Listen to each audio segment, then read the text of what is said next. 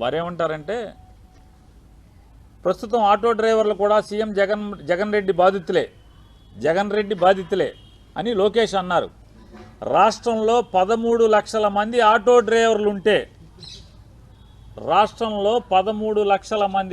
డ్రైవర్లుంటే కేవలం 10% మందికే వాహనమిత్ర వస్తోందన్నారు. 10% మంది ఆటో డ్రైవర్లకు వాహనమిత్ర కింద 10,000 ఇస్తున్న జగన్ ప్రభుత్వం పన్నులు, పెట్రోలు, డీజిల్ భారం పేరుతో వాటి నుంచి ఏడాదికి ఆ డబ్బులన్నీ కొట్టేస్తుంది, ₹1,00,000 కొట్టేస్తుంది.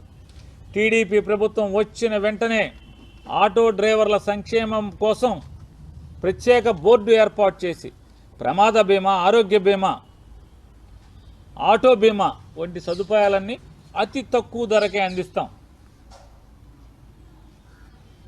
సబ్సిడీతో ఎలక్ట్రిక్ ఆటోలు అందజేస్తాం.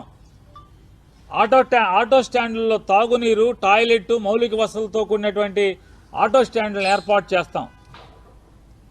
ఆటో స్టాండ్లలో ఛార్జింగ్ పెట్టుకునే విధంగా ఛార్జింగ్ పాయింట్లను కూడా కల్పిస్తాం.